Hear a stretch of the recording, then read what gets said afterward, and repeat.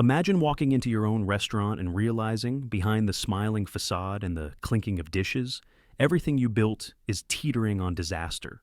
That's exactly what happens to Elliot Hyland when he goes undercover in his own bustling chain, only to uncover overworked employees, a tyrannical manager, and a toxic culture festering beneath the surface. Tensions flare as he races to save not just his business, but the very legacy his father left behind. Will he succeed, or will the whole operation crash and burn? Stick around for every shocking reveal, and don't forget to like and subscribe to our channel for more riveting stories. Elliot Hyland had always prided himself on being the kind of leader who understood the ins and outs of his family business. After all, he'd watched his father, Martin Hyland, start a single modest diner years ago and expand it, through tireless labor and unshakable resolve, into a thriving chain of 12 restaurants scattered across the Midwest. Elliot inherited the operations after his father passed away, maintaining the dream by managing finances, approving new policies, and keeping a close eye on quarterly reports. Or so he'd believed. Over time, something had shifted, as if a thin layer of fog had crept between him and the day-to-day reality of each establishment. The numbers, always stable, continued to look fine on paper, but scattered customer complaints had begun piling up, grumbling about slow service, drawn-out wait times, and employees who appeared too stressed to properly greet their tables. Word trickled up that staff turnover was climbing too. Alarm bells went off in Elliot's mind. If everything was supposedly fine, then why did his gut insist something was amiss? Late one evening, after a meeting at the corporate office, Elliot overheard two junior executives chatting near the break room. They spoke in hushed tones, likely assuming no one of significance was around to hear them. One said, "The location outside Chicago is a mess. They're constantly understaffed, and the manager claims people just don't want to work. But the employees are complaining they're not getting enough hours when they need them. The story doesn't add up." The second executive sighed, responding, "I've heard the same. Staff morale is down the drain." The conversation shook Elliot more than he cared to admit. His father's restaurants had been built on the twin pillars of good food and solid, respectful teamwork. If employees were miserable, if managers were turning a blind eye to real issues, that spelled trouble for everything Martin Hyland had worked so hard to create. Deciding he needed to see the situation firsthand, Elliot took a bold step. He would go undercover in the high-volume suburban Chicago restaurant rumored to be in disarray. He'd make a few superficial changes to his appearance so that no one would recognize him. In truth, many of the employees had never met him face to face. They knew him only by name from HR memos and the occasional company-wide email. By donning a humble uniform, growing out a bit of stubble, and adopting the pseudonym Elliot Brooks, he hoped to experience the raw reality of the place. After all, how else could he truly evaluate the restaurant's dysfunction without seeing it up close? His decision to infiltrate this particular location wasn't random. He chose it because of its consistently high customer volume and its manager, Neil Coleman, who had a reputation for being outspoken. The official line was that Neil kept the restaurant profitable and efficient, but the hush-hush rumors claimed he was running it more like a personal fiefdom. If there was any place to unearth the truth about staff morale, this would be it. On a crisp Monday morning, Elliot set out. He wore a cheap, ill-fitting uniform, the kind typically given to new hires. Short-sleeved polo, black pants, squeaky clean sneakers. Gone was his usual professional attire. Instead of driving his sleek sedan, he rented a modest compact car. As he pulled into the parking lot, he saw the bright signage of Hyland's Kitchen, with its big red letters shining proudly above the entrance. The building itself looked unassuming, neutral-colored brick, large windows showcasing diners inside, and a banner proclaiming a lunchtime special in the window. Despite the outward sense of normalcy, Elliot's instincts told him the real story lay behind the doors, in the realm of sizzling grills, stressed-out waitstaff, and too few hands to manage it all. With a final deep breath, he stepped out of the car, bracing himself for whatever he might discover on the other side of the swinging kitchen doors. The minute Elliot entered the restaurant through the employee's entrance, an overwhelming wave of tension slammed into him. The narrow hallway leading from the back door opened onto a bustling, noisy kitchen. An undercurrent of frantic energy ran through the staff as they scrambled between stoves and fryers, each person trying to cover multiple tasks at once. It was barely noon, but already the grill area was working at full throttle, with burgers sizzling, chicken breasts searing, and baskets of fries vanishing into boiling oil. Voices intermingled with the hiss of steam, the clang of metal pans, and the staccato beep of various timers. No one paid much attention to him at first. They had more pressing things to worry about than a fresh-faced new hire fumbling around in the corridor. After standing there, momentarily ignored, Elliot felt a tap on his shoulder. He turned to see a young woman wearing a worn-out name tag that read, Liana Robinson. She appeared to be in her late 20s, with dark hair piled into a messy bun, a uniform that looked just a bit too big for her frame, and circles under her eyes that suggested too many consecutive shifts. She exhaled in clear exhaustion. "You're the new guy, right, Elliot?" At his nod, she offered a tired half-smile. "I'm Liana. I'll show you the ropes, but brace yourself. We're swamped, and management doesn't like hearing excuses." Without waiting for a response, she led him into the main kitchen. The air smelled of onions, garlic, and sizzling butter, a combination that ordinarily might be enticing, but here, it was mixed with the acrid sting of overburdened stress. Liana rapidly pointed out the different stations: salad prep, grill, fryer, plating, dish station. Ordinarily, we'd have separate people for some of these, but we're short-staffed. One of our line cooks quit last week, and we haven't filled the spot. So, we're all doubling up. Her voice was tinged with frustration, but also with a resigned acceptance, as though she'd learned not to fight the system too much. It took less than an hour for Elliot to notice how overloaded Liana truly was. Between taking phone orders, running food out to customers in the dining area, and occasionally jumping back behind the counter to assemble plates, she seemed to be in 6 places at once. Yet her demeanor toward coworkers remained kind, if somewhat strained. When a flustered teenage host named Ashley accidentally double-seated one section of the dining room, Liana stepped in to help without scolding her. Just a quick, "Don't worry, we'll figure this out." Meanwhile, the actual manager, Neil Coleman, was conspicuously missing. In his place, a middle-aged cook named Dante labored behind the grill, sweat beading on his forehead. During a rare lull in the incoming orders, Dante briefly introduced himself, pressing battered hamburger buns onto the grill with a spatula. "You learn fast, kid," he grunted at Elliot. "We can use the extra hands. It's always the same story. Neil says we can't hire more folks because we're not hitting some magical number." Pausing, he flipped a sizzling patty with a flourish. "But look at this lunch crowd. We're packed every day." Elliot nodded, wiping sweat from his brow. The place was a beehive of paying customers, which meant solid sales. So, where was the alleged budget shortfall that Neil used to justify understaffing? If the restaurant was this busy day in and day out, they could afford at least another cook and maybe an extra server or two, or so Elliot reasoned.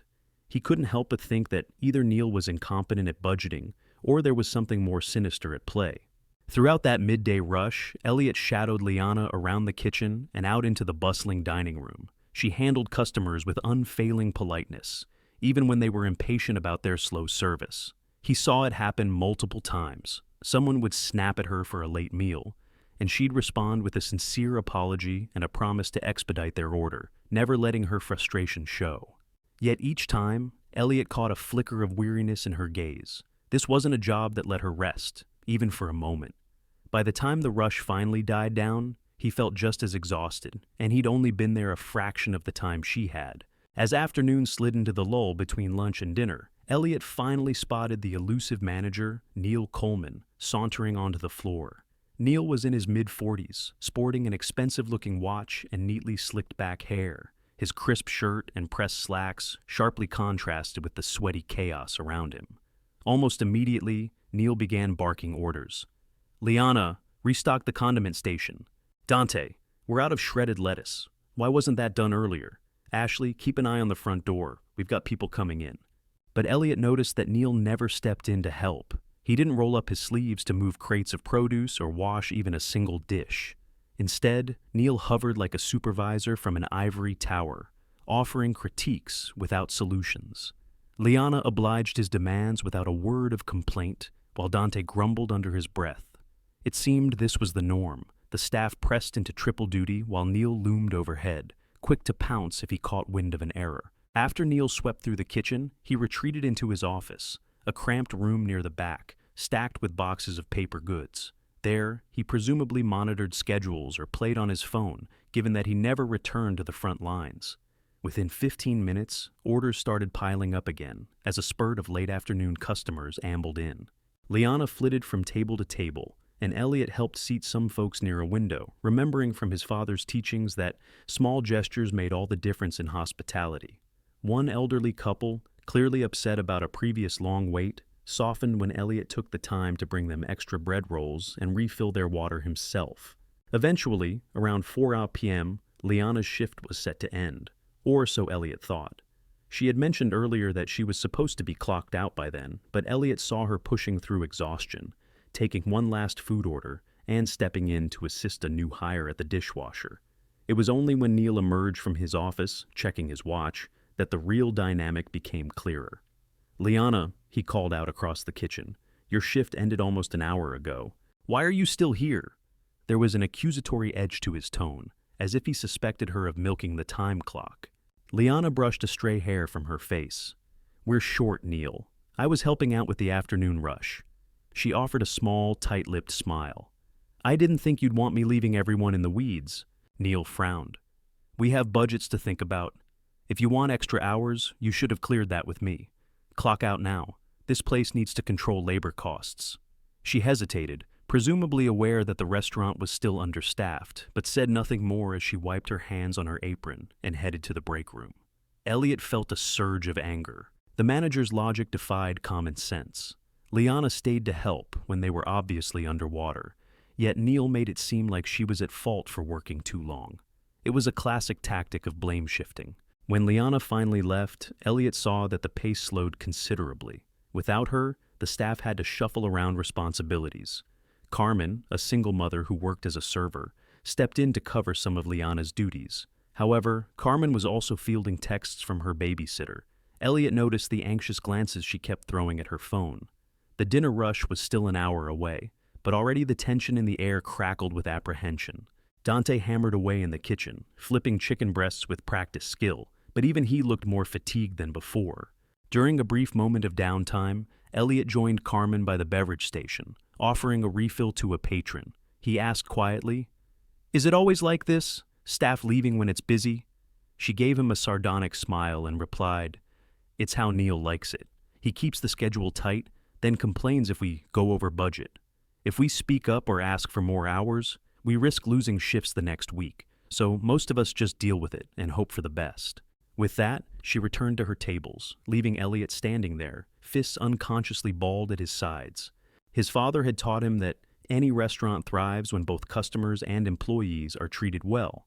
Happy staff means good service, which in turn creates loyal patrons. Yet this place felt like a pressure cooker, ready to blow at any moment under the weight of mismanagement. Elliot resolved then and there that he would stay through the dinner rush, watch Neil's behavior, and confront him if necessary. But first, he needed more evidence. There could be no room for Neil to wriggle out of accountability when the time came to set things right.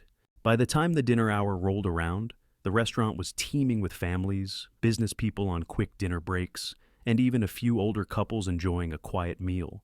Reservations meshed with walk-ins, forming a steady queue near the host stand, where Ashley tried to keep smiling while scribbling down names and seating charts.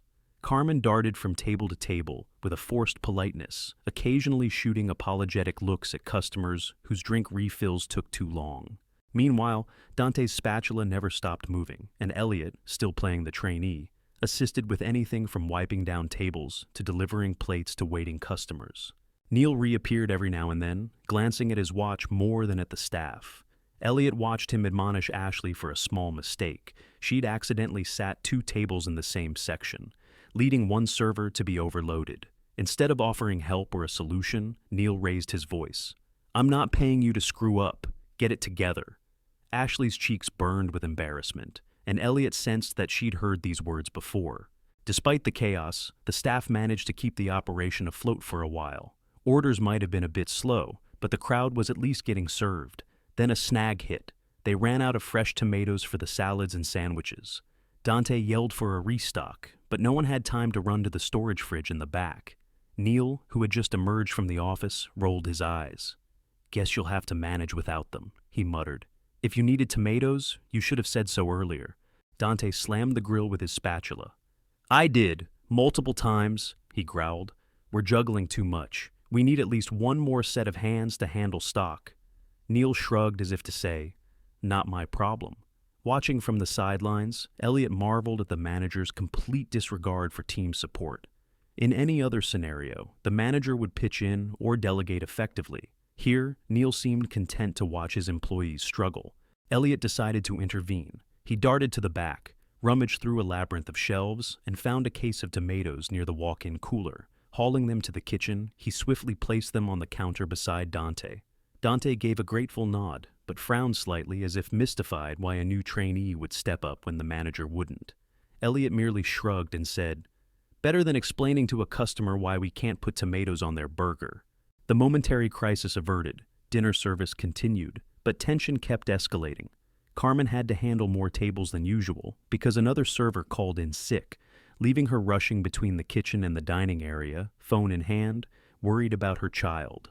Liana was nowhere to be seen, having gone home per Neil's order. Ashley was left to handle the front nearly on her own, receiving only sporadic help from Neil whenever he deigned to come out of his office. Elliot felt his frustration mounting at every turn.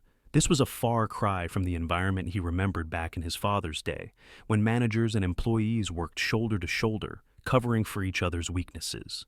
He recalled stories of his father stepping into the kitchen himself if necessary, flipping eggs or plating dishes, refusing to let staff drown while he sat behind a desk.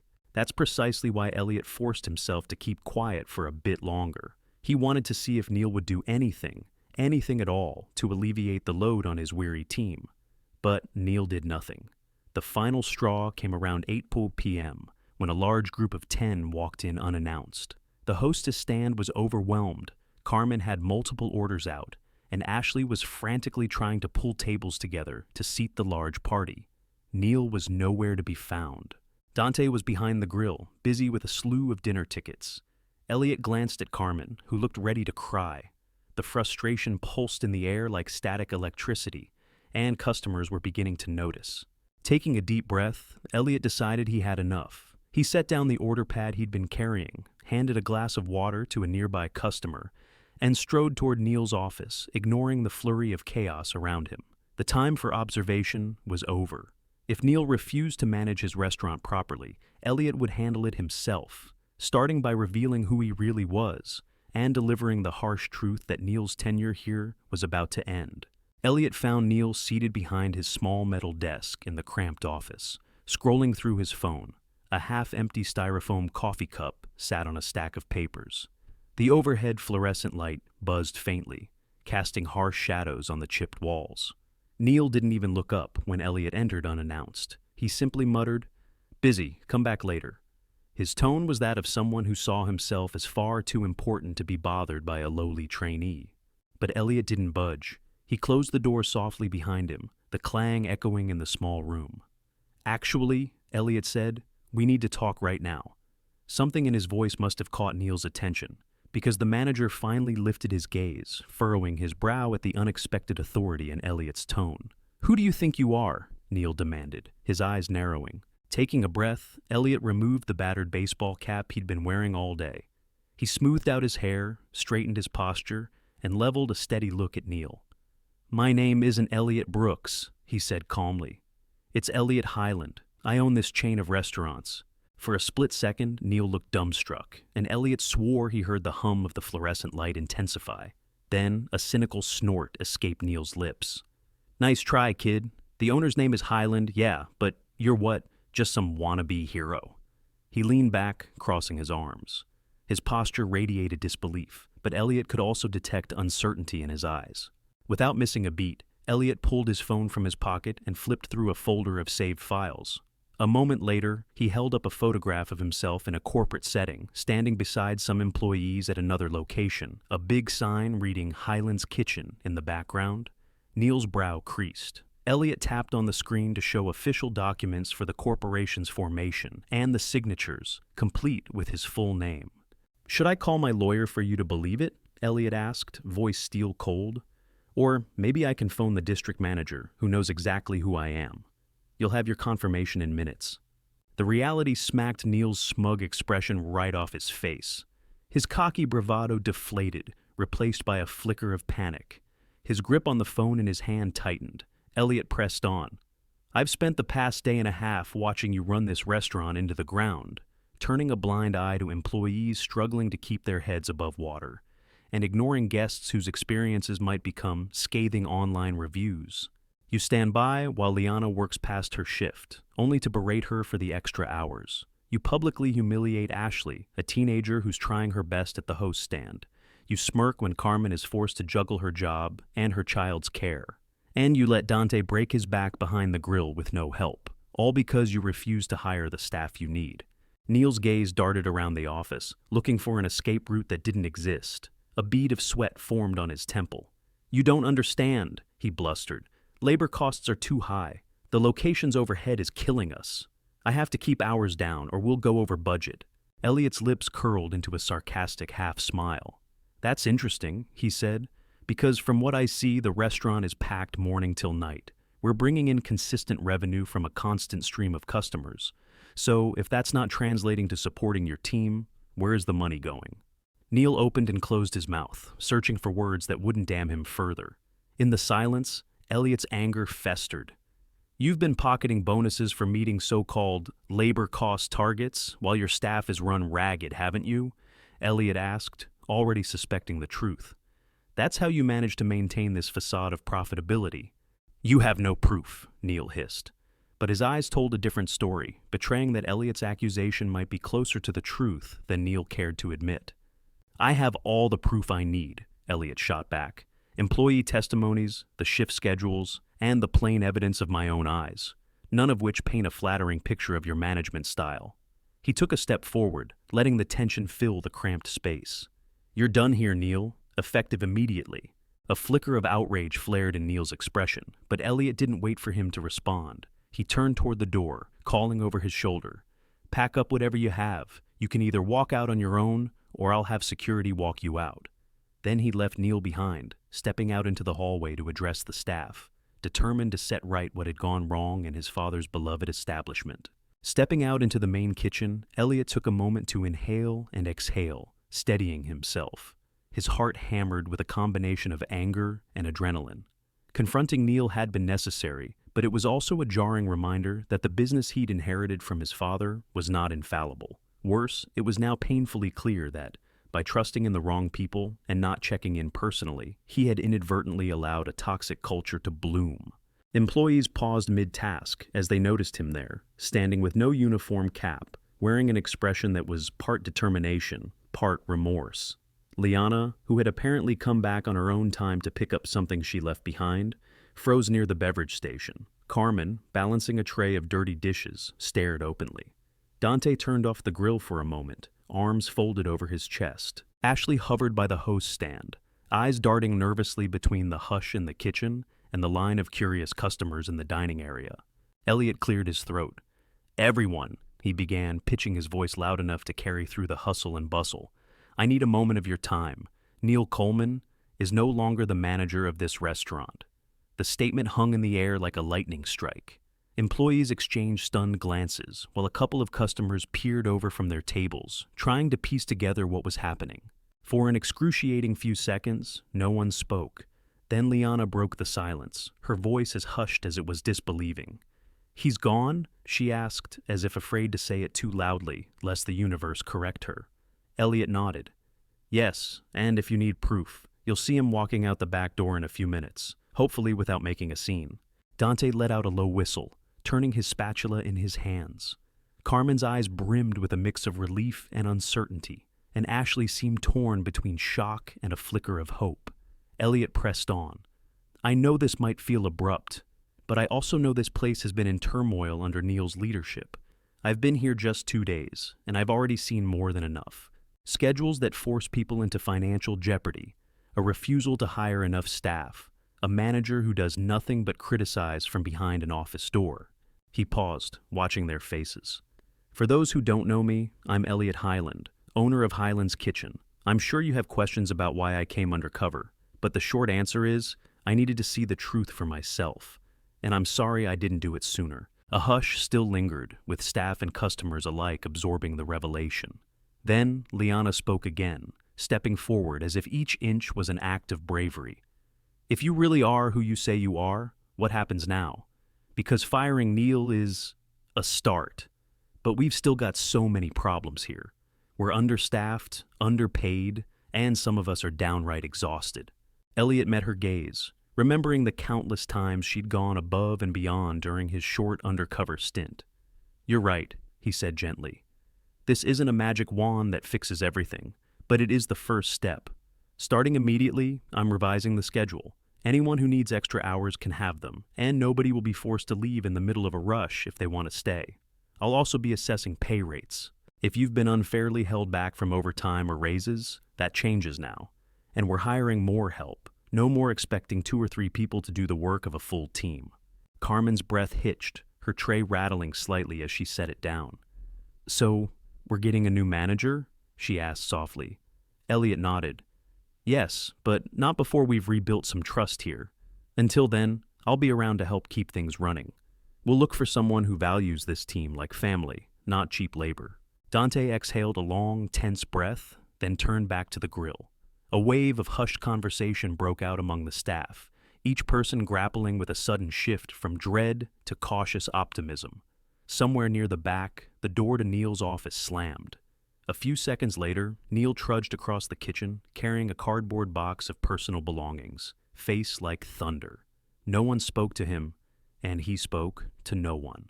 He disappeared out the back door, leaving only the lingering echo of footsteps on the tiled floor. When Neil's departure felt final, Elliot nodded to the staff that they should carry on with their duties, even if the entire restaurant was abuzz with the news. He knew better than to shut down the kitchen in the middle of a busy dinner service.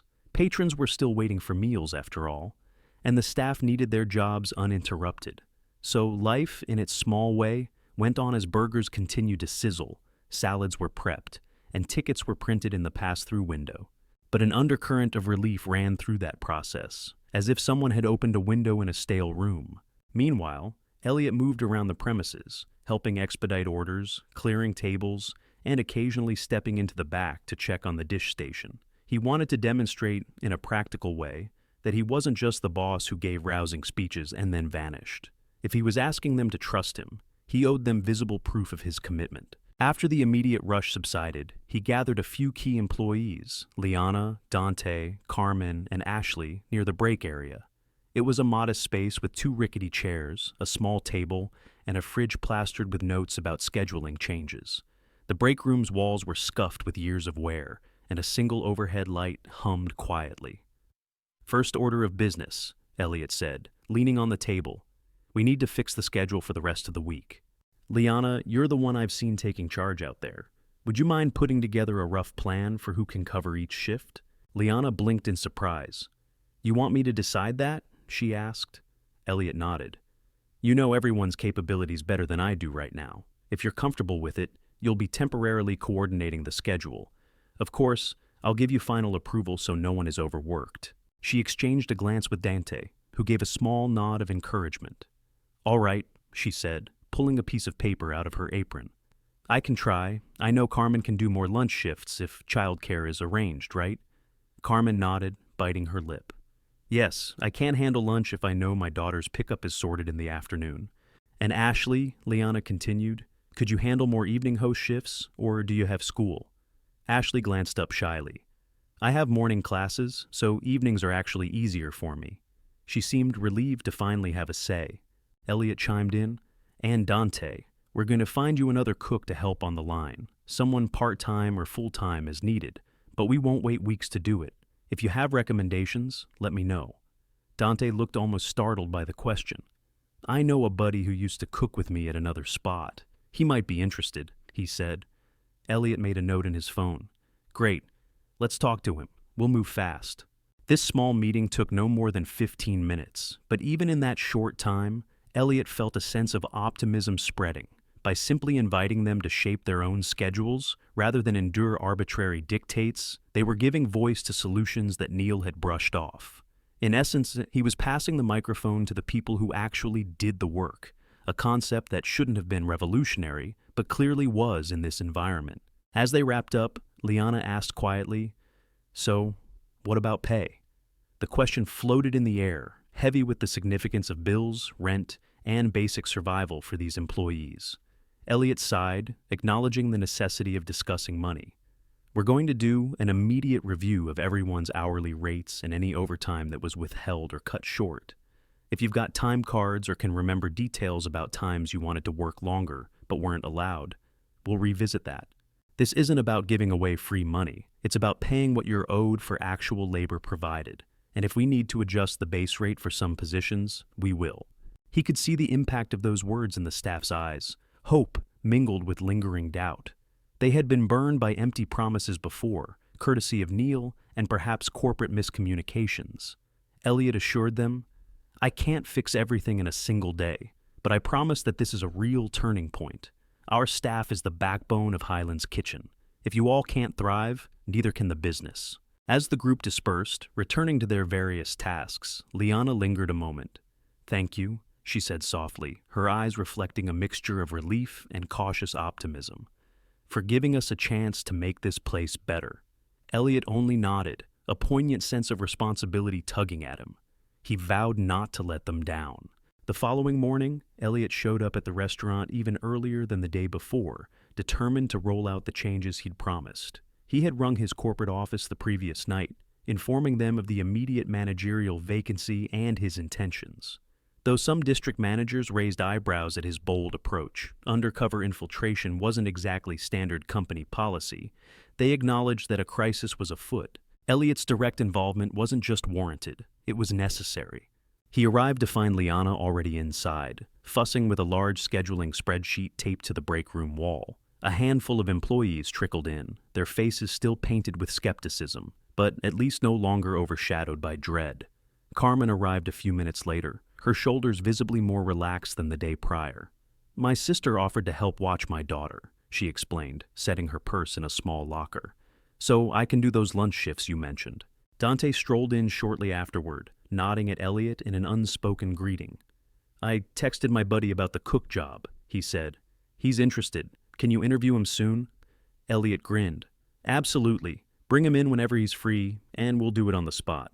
If he's a decent match, we'll get him in uniform by next week." As the day progressed, Elliot saw small but meaningful shifts in behavior. The staff no longer tiptoed around, terrified that Neil would slam them with blame for every minor mishap. Instead, they communicated openly about potential issues, from whether the salad station needed more diced peppers to how to handle an influx of phone-in orders. Ashley mustered the courage to ask for extra help at the host stand during the lunch rush, and no one criticized her for it. Carmen asked for a short break to call the babysitter, and Liana stepped in to cover without rolling her eyes or sighing in exasperation. Collaboration replaced the undercurrent of fear. Still, Elliot kept noticing remnants of Neil's mismanagement. The inventory system, for instance, was a patchwork of random notes and vague references. Often, an item that was supposed to be on the shelves, like a particular sauce or spice, would be missing altogether, forcing improvisation that cost time and consistency in the kitchen. A sharper pang of guilt struck Elliot each time he realized how long these problems might have persisted, effectively unaddressed. "We'll need a better process for ordering supplies," he remarked to Liana while flipping through a half-completed inventory sheet in the office. "Ideally, we do weekly checks, and employees can note shortfalls on a shared list that the manager actually reviews." Liana nodded thoughtfully, tapping a pen against her chin. "Neil never asked for input. He just put in orders that he thought we needed, and half the time he was wrong. We'd run out of basic stuff." She hesitated, then asked, "How do we fix it for good?" Elliot handed her the inventory sheet. "Start by making a thorough list with the help of Dante and whoever else wants to pitch in. We'll standardize it so you're not guessing every time. Corporate can set up auto deliveries if we know the baseline usage of items, but I need your expertise to figure out what that baseline should be." The conversation exemplified a fundamental change. Employees were no longer mere cogs. They were collaborators in shaping how the restaurant was run. By midday, a sort of camaraderie had taken hold. When a wave of lunch customers arrived, the staff still felt the pressure, especially short-handed as they were. But the sense of constant dread was replaced by purposeful hustle. Ashley greeted incoming patrons with a more genuine smile, Carmen delivered orders quickly but graciously. Liana oversaw the floor without the weight of Neil's glare, and Dante cracked the occasional joke about not burning down the kitchen for a change. As the lunch crowd subsided, Elliot realized his father's vision wasn't just a quaint idea from an older generation. It remained entirely feasible, but only if the people at the helm believed in supporting those on the ground. Glancing around at the subdued smiles and the audible sighs of relief, he recognized a spirit of renewal taking hold. Yet, there was still a long road to walk. One day of better management wouldn't erase months, maybe years of neglect. He intended to stay on site for as long as it took to ensure that the transformations would stick, even after he appointed a new permanent manager. Over the next few days, Elliot worked tirelessly alongside the staff, determined to make lasting improvements rather than superficial fixes. He coordinated with Liana to refine the scheduling process, giving each employee an opportunity to state their availability and request changes if life circumstances required it. Carmen found it easier to juggle motherhood now that she had predictable hours. Dante's friend interviewed in the break room and was quickly offered a line cook position. He stepped into the kitchen within a day, easing Dante's workload significantly. Ashley, too, appeared to thrive when given the right support. She organized the front host station and even introduced a small waiting list feature on a tablet, dramatically reducing seat assignment errors. Throughout all this, Elliot remained visible, hands-on, and transparent. He insisted on morning huddles, brief 5-minute check-ins where each employee could voice concerns or highlight areas that needed attention. Sometimes these gatherings revealed minor issues, like how the dishwashing station was running low on sanitizer tablets. Other times, deeper problems surfaced, like inventory shortfalls or confusion over how tips were allocated among servers. Rather than letting these concerns fall by the wayside, Elliot helped the team develop immediate action plans. Each time an issue was tackled promptly, it fortified their newfound trust in the undercover boss turned hands-on owner. Customers, too, began to sense the shift in energy. People who had previously left negative feedback about slow service or inattentive staff started noticing that meals arrived quicker, and servers seemed genuinely more upbeat. Online reviews improved, praising the friendlier atmosphere. One comment in particular read, "Looks like something changed at Highland's Kitchen. Service was fast, staff seemed happier, and our waiter actually engaged with us. Keep it up." That kind of feedback validated everything Elliot was striving for. It wasn't just about solving internal problems. It was about winning back the goodwill of the local community. Still, Elliot knew the final piece of the puzzle was appointing a new permanent manager who would uphold this evolving culture. He reached out to other locations with strong managerial candidates, as well as external hires with a reputation for balanced, supportive leadership. He made it clear in interviews that the top priority was empathy for staff combined with operational know-how. The days of tyrannical or apathetic oversight had to be a thing of the past. One afternoon, while Elliot was briefing a prospective manager in the office, he noticed Liana hovering outside. After the meeting, he motioned for her to come in. "Everything okay?" he asked, gesturing for her to take a seat. She closed the door behind her, looking uncharacteristically hesitant. "Look, Elliot," she began, "I'm grateful for the changes you've made. We all are. But I have a question. You mentioned a new manager. Does that mean I go back to just being a server after all this?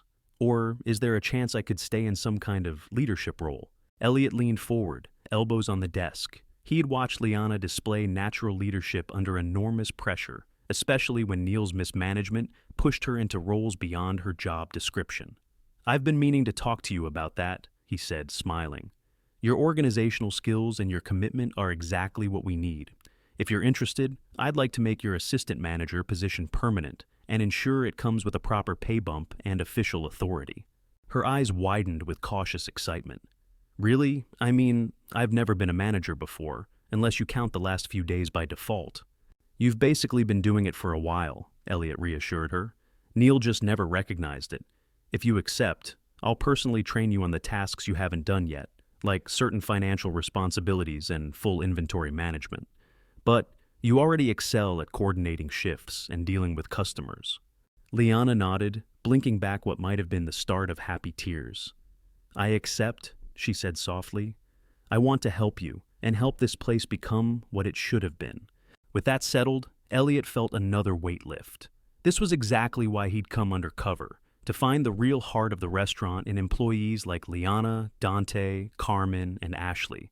People who genuinely wanted to do right by customers and each other, given the proper support. Now, with Liana stepping up and a new general manager search underway, the future of this location looked brighter than it had in a long time. As evening approached, Elliot decided it was time for a final, closing speech to the staff, summarizing the changes and next steps. Standing near the pass-through window with its dangling heat lamps, he faced the whole team. "I know these past few days have been a whirlwind," he began, "but I'm proud of each and every one of you for stepping up under difficult circumstances. Together, we're going to make this restaurant an example of how Highlands Kitchen should be run, where employees are valued, customers feel welcome, and no one has to choose between a paycheck and their dignity." The applause from the team was modest but heartfelt, the concluding note on a radical transformation that started with Elliot posing as a lowly trainee. In just a short time, they had ejected a toxic manager, reorganized schedules, and set a foundation of mutual respect. Although the road to lasting stability was still ahead, Elliot couldn't help but feel a surge of pride. He knew his father would have approved of everything he'd done, from going undercover to personally rectifying what had gone wrong. And with that sense of renewed purpose, Elliot Highland ventured into the night, resolving to safeguard this revived culture not just here, but across all 12 locations that bore his family's name.